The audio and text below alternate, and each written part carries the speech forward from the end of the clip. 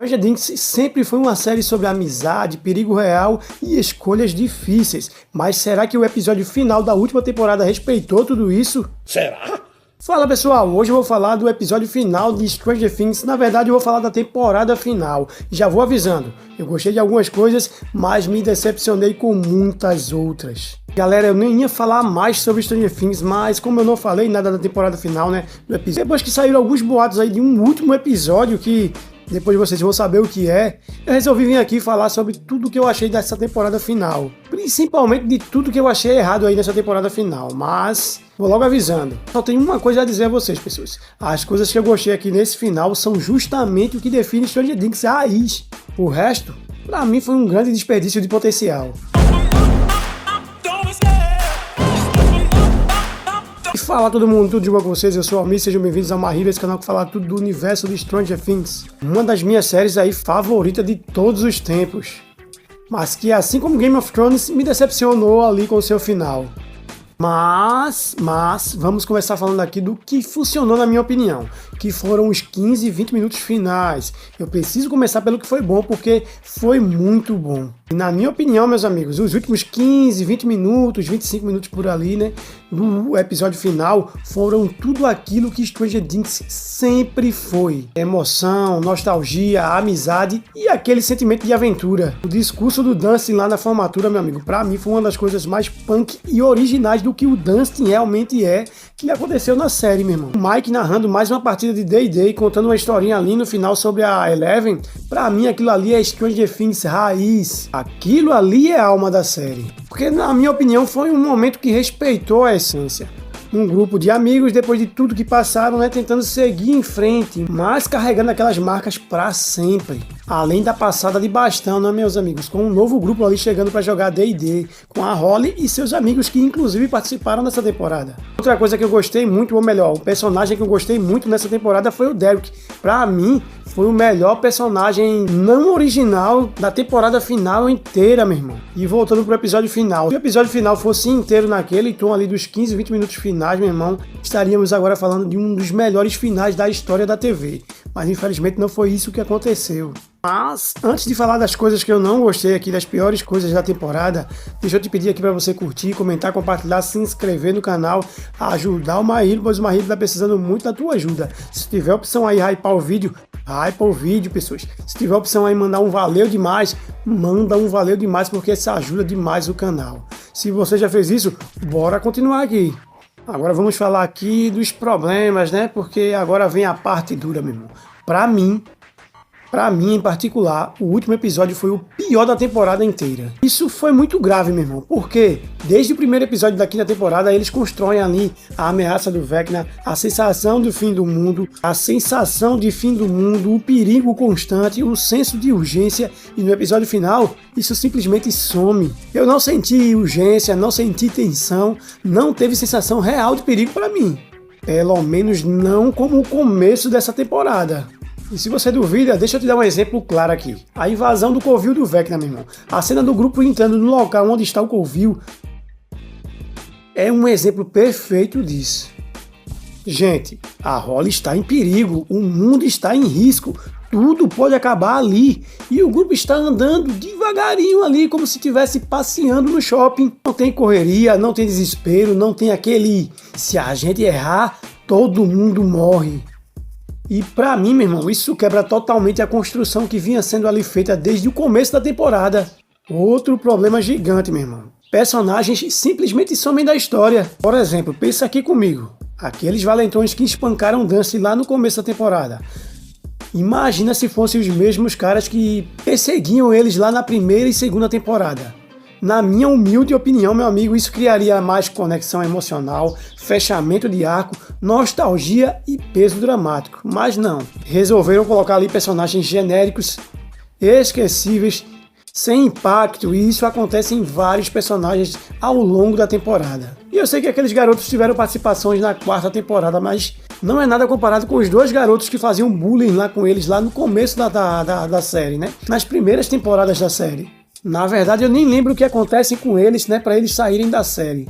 Eles ficaram tão esquecíveis que foram retirados da história e ninguém percebeu.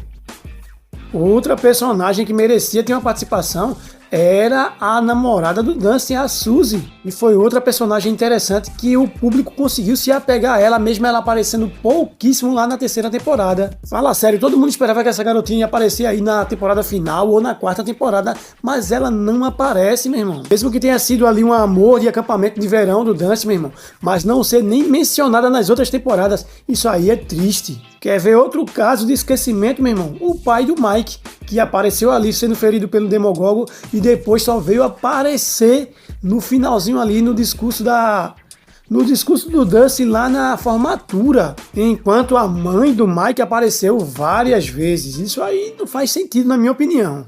Sabemos que ele era um bananão desde o princípio, né? Mas o cara merecia estar ali participando ali dos eventos da última temporada, cara. Não aparecer ali no comecinho, ser ferido e sumir. Achei isso um erro grotesco aí de roteiro. E eu não tô dizendo que ele deveria ser importante, eu tô dizendo que ele deveria aparecer mais vezes, não ser esquecido completamente. Menos mencionado pelos garotos, né? E é como eu já falei, isso acontece com vários personagens ao longo da temporada. E isso foi triste, na minha opinião. Provavelmente tem muitos outros personagens aí que eu podia falar, mas que eu não tô lembrando agora no momento. Agora deixa eu falar aqui um pouquinho do caso da Nancy e o desequilíbrio de destaque aí na temporada, né? E olha só, desde o começo da série, da criação da série, que a Nancy foi sempre ali uma das personagens mais corajosas e a mais badass de todas. Ela foi criada para ser assim. Desde a primeira temporada, meu amigo, e eu não vejo problema nisso. Só que nessa temporada ficou muito nítido que os diretores quiseram ali colocar as garotas em destaque, apagando os personagens masculinos. E olha só, não é sobre dar destaque às garotas, é sobre tirar o brilho dos outros para isso. Porque até os meninos da formação original foram apagados em detrimento de personagens como Holly e Robin. E quem assiste Stranger Things sabe que o grupo sempre funcionou porque todo mundo tinha importância. Quando você desequilibra isso, meu amigo, acaba tirando a alma da série. Outro problema sério aqui que eu percebi, meu amigo, foram as facilidades de roteiro, o famoso modo MacGyver. Personagens que nunca foram ali os mais inteligentes da trama, de repente viram gênios da engenharia. Holly, Robin, Steve, até a mãe do Mike, a senhora Weller. Do nada, todo mundo resolve tudo no improviso, estilo MacGyver mesmo. Isso, pra mim, pelo menos pra mim, acabou tirando o peso das situações. Porque se todo mundo resolve tudo facilmente, então qual é o perigo real? Não, ele tem toda a razão. Outra questão aqui foi a sexualidade do Will, que foi muito debatido nesse episódio, nessa temporada, melhor dizendo. E eu quero deixar isso aqui muito claro. Eu não tenho problema nenhum com a sexualidade do Will, meu amigo. Eu sempre falei isso nos meus vídeos. E isso foi construído desde a primeira temporada. O problema não é o tema, é o momento em que isso foi colocado. Porque os diretores acabaram jogando isso pro centro da história num momento onde o mundo está acabando, pessoas estão morrendo, tudo está em risco.